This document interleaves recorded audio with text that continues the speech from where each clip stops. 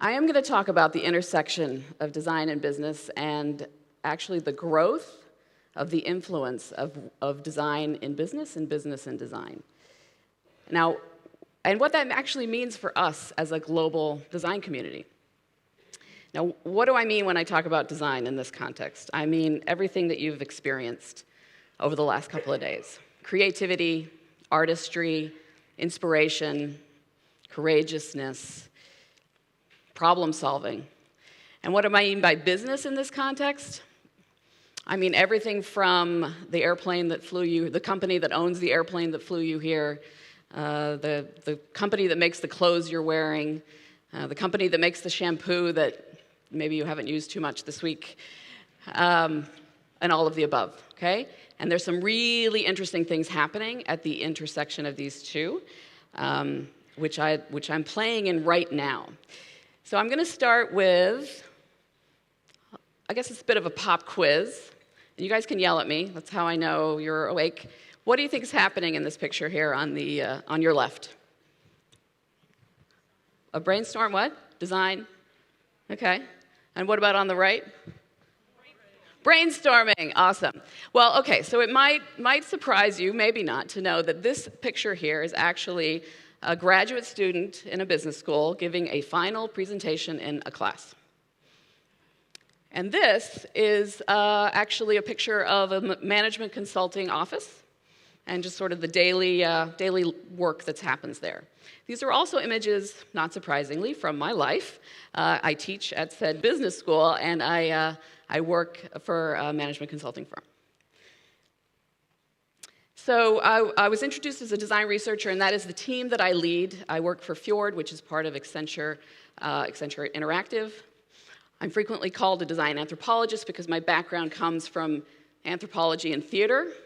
So it's pretty exciting for me to be on an opera stage from both a theatrical and an anthropological perspective. And what I do for a living is kind of amazing. I feel truly privileged to have the job that I do, to have had the career that I have. I study how people engage with products and services, and then I work with designers and other colleagues to make better products and services. So my work has led me to sit in the kitchen of a small apartment in Shanghai talking to a woman about her feet for a foot care project. I've observed iron ore mine operations in a mine in Western Australia. I've sat in a living room of a home in Chicago watching a person brush their dog's teeth. I did do that, and a really cool product came out after that work. And I've been doing this for into my third decade, let's just say, and a really interesting thing has happened over the last 5 or 10 years. And that's I've always been a consultant, but my clients, the businesses, have started to really look towards the way me and my colleagues, design colleagues, look at the world and solve problems and say, we'd like to learn how to be more like you. And so many of you probably know a lot of small design firms have been bought by large companies. A lot of large businesses are building up their own internal design capabilities. And it's been really exciting in a lot of ways, also kind of scary. Has anyone heard the concept design thinking? Raise your hand. Yeah. Frequently what I'm describing is called design thinking. It always kind of cracks me up when people say, let's go do some design thinking. And, designers don't do design thinking. We just do. But it's been a really interesting shift. One that has seen me both start teaching at a business school and also start working at a large management consulting firm. So, I want to know, how do you guys feel about this design thinking stuff, this growing influence of design and business and design? So if you love it, raise your hand, make a little heart with your hands and raise it up high so I can see. Oh, cool. Someone tell me, why do you love it? Shout. What? Recognition. Yeah. Why else? Why do we love it? Passion. Okay, does anyone hate it? If you hate it, put your hand high in the air with a thumb down. Oh, come on. Why do you hate it? Why? What? You'll talk about it in the That's right. We have Natasha Jen here. She's gonna be talking about some reasons to hate it. And maybe some of you kind of feel like, kind of in the middle. And I got to tell you, even though I make my living at this stuff, that's kind of where I am. I'm a little conflicted. I worry, honestly. I worry that with the growth of the influence of design and business, this kind of increasingly murky intersection between the two, I worry we're going to get left behind. I worry that what makes us unique and special will get diluted, commoditized, that suddenly an accountant will take a 2-hour workshop and say, I'm a design thinker. It's happened. So these are the things I worry about. But on that heart side, the love side, there's some really amazing byproducts of this growth of design. I now can sit in a boardroom with the C-suite of a business, and they talk about empathy as much as they talk about numbers.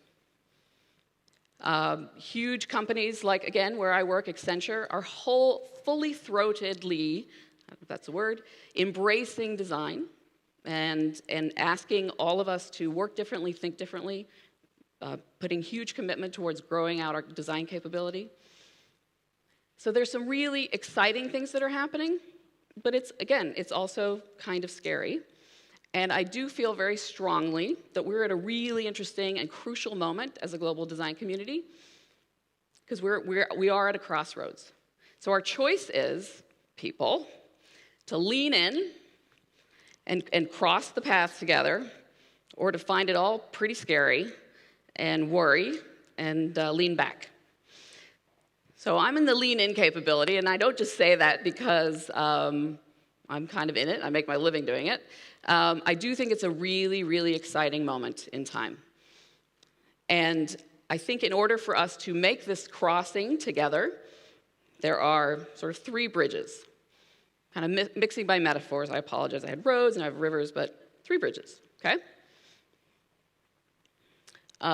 Mindsets, metrics, and momentum. See, I'm a good conceptual thinker. I always have a 3-part framework, all alliterative, starting with M. Okay? You're going to remember that. All right, so let's start with mindsets. What are mindsets? Mindsets are a way that you think about something that in turn drives some behavior. So, for example, I've been in Cape Town for a few days, and knowing I have this talk on Friday morning, my mindset has been pretty focused. And that's driven some of my behavior. So, not staying out too late, not overindulging in certain delights that South Africa has to offer, right? I can tell you, after this talk, I'll be in a different mindset. I don't know what, it won't be focused, I'll just say. But that in turn will drive some other behavior. Interesting, right? So mindsets are super interesting, and the design community, we have mindsets. And this drives the way we behave. And this is ours, and it's an incredible set of ways of thinking that my colleagues in business need to see demonstrated by us and are thirsty to learn more about. Okay, so to get a little tangible on mindsets, we are all of us together. We're going to do a very large social experiment. Okay, are you with me? Okay, you guys, you have to behave, otherwise this will turn into utter chaos, okay? So that means you have to listen to me. I'm going to turn into Professor Cotton. You have to listen to me. You have to do what I tell you, and we're going to kind of collectively conduct probably a world, we're going to break a world record in co-creation, okay? I'm going to give you 5 minutes. I'm going to ask you to self-organize very quickly into teams of 3 or 4. Don't stand up. Look at the people around you, in front of you, behind you. You were given some paper when you came in. There's also some interesting paper and potentially sticks under your chairs. Not all of you have it, but some of you do. Here's what you're going to do. The next slide is a series of design challenges. I want you to self-organize into teams. You have 5 minutes to brainstorm a design solution and build a prototype. You can use anything you want that you don't mind giving away, okay? Use the paper, all right? You ready? Here are the design challenges. You have 5 minutes.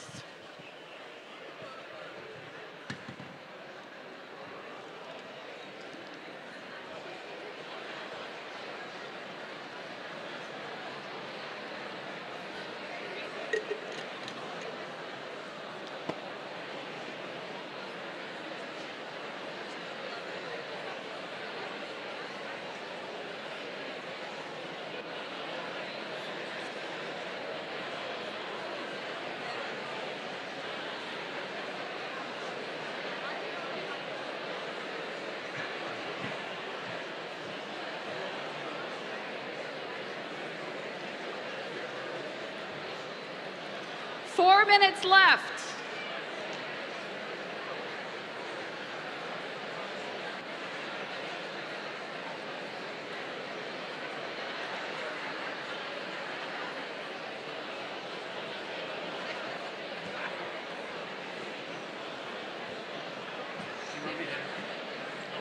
Yeah, yeah.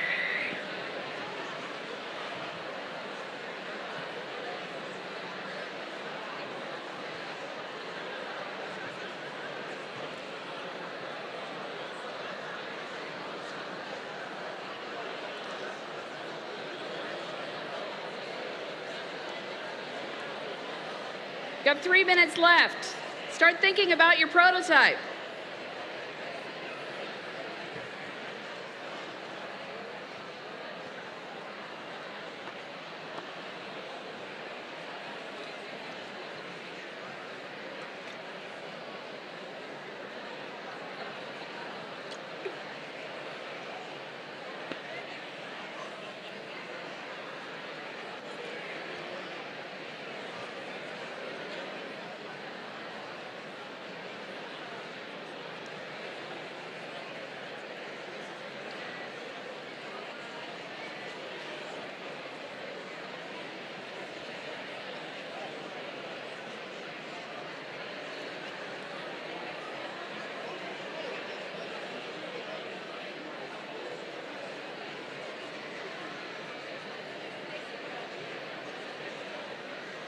Okay, let's start getting those prototypes made.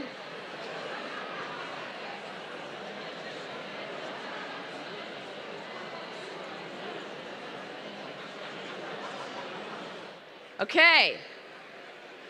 So, all right, let's have some quiet, and can you guys put your hold your prototypes up?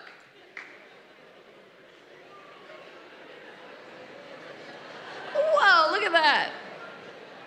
All right, if anyone is especially proud of their prototype and don't want to keep it, pass it down to the end of the aisles. I've got some lovely assistants who will pick some up and bring them to me. So you can get graded. I'm just kidding, I'm not going to grade you.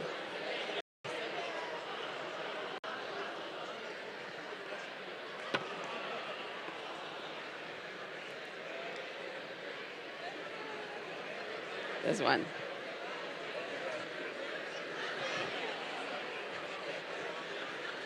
Oh, this says help. Want a snap cat?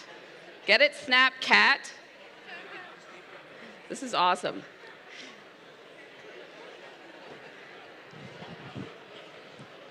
I want to see this long one. What is this one? Could you guys quiet down? I want to hear from the maker of this one. What is it? It's running shoes for the Shangololo. You know, we weren't quite sure how people would use the sticks, but we thought we'd give them to you and see what happened. Oh, look at these. Amazing. Well, thanks for playing along, you guys. Woo! Look at your creations. Look at what you did in 5 minutes and 20 seconds. Okay, but here, importantly, to my point, what you have done is demonstrated the mindsets of a designer. Now you collaborated. Of course, I forced you to collaborate, but you worked as teams. Now, when you have a collaborative mindset, you don't just sort of have meetings with other people. You actively crave the input and the inspiration of those around you, and you recognize that the inputs of you as an individual are less important than what the greater whole can do. And this is kind of why my background in theater lends itself so nicely to this work, is that's what an actor does. You were iterative. I'm not sure how many, I didn't give you a lot of time, but I'm not sure how many prototypes, first drafts, the running shoes for the Shangololo did. But presumably, right, you don't sort of start out in the first 30 seconds making the thing and then you're done, right? True to the designer's mindset is test and learn, build, learn, make, learn, and continue that way. How many people went on Google and looked at a Google image of like an aardvark or something? I know I did. I tested this out on myself to know that I wasn't going to completely torture you guys. And that's what I did. I'm like, what does an aardvark look like anyway? And that was my attempt to have a little bit of an empathy for the poor creature with the giant ears and think about the earbuds that he or she might need. Being driven by empathy is absolutely core to design. It's definitely what you hear when you talk about design thinking, and it means that there's just a relentless need to constantly understand those for whom you are designing for. And you can be empathy driven in a consumer context, designing products and services for consumers, but you can be empathy driven internally as well, towards your colleagues that you work with. And then orthodoxy breaking. That's a key mindset of a designer, because a designer will ask, well, why? Why do we do things this way? We've heard some amazing talks from people on this stage this week who have been orthodoxy breakers. Why shouldn't a porcupine have a sweater? Just because it's never existed before? Maybe they should have one now. So those are mindsets, and leaning into those mindsets, demonstrating them, and insisting that it's the mindsets and not the process that brings the magic of design is key to crossing that bridge. Now I want to talk about metrics. So I have to admit, I'm not a numbers person. They kind of scare me. Social science background, theater, music, all creative, artsy stuff. There's a great quote from Winston Churchill. Statistics are like a drunk with a lamppost, more for support than illumination. I tend to ascribe to that. But I'm going to confess to you all, my close friends, 1,500 of you or however many, that I can't be that way anymore. I have to embrace metrics. I have to start seeking these kinds of impact stories that are so key for me being relevant and meaningful in business. Now, I'm going to give you a couple of metrics coming out of my role at Kellogg, where I teach. Kellogg has, over the last 8 years, created a program within its business school that is design-led. It's a business school education. Students get an MBA, but it's a design-led business curricula. Now, why have they done this? Because the students are demanding it, and because the employers who come to campus to recruit their future employees are demanding these skills from the people they want to hire. My students, when they graduate, are not designers, and they know they're not designers, but they have just had a design-led business education where they have incredible fluidity within the role that they can do in business because of the influence of design. And my students are leaving the school and going into working in businesses where their goal is to change the way those businesses work and operate, and they're being driven by that design mindset. So my students, I'd like to think, are the CEOs of the future. And think about that in 5-10 years, what businesses will be like when the CEOs are all design-led MBAs. And Kellogg is one school. There's many that are doing this as well in the U.S. and Europe. And one of the things that, to get to some metrics, a couple of things that are really interesting in this shift that Kellogg has done, since they made this radical shift to the curriculum five years ago, they've had a 40% increase in applications, which is kind of unheard of. Kellogg is a over 100-year-old organization. It's already very prestigious. To have that kind of jump is amazing. Even more amazing, they've had a 111% increase in women who apply to the program. So not only is a design-led business education good business for business schools, it truly is changing the face of our future leadership due to the diversity of our student body. Some more metrics for you. The Design Management Institute, a wonderful nonprofit organization based in the US, recently created something they call the Design Value Index, where they want to study design-led businesses and see how they perform in the market. Design-led businesses, according to the last time they ran the index, outperform those who are not design-led by 211%. What is a design-led business, you might ask? First of all, I'd encourage you to go check it out online at the Design Management Institute's website. Coca-Cola, Apple, Ford, they look at businesses that have made a visible commitment to being design-led through a whole host of metrics.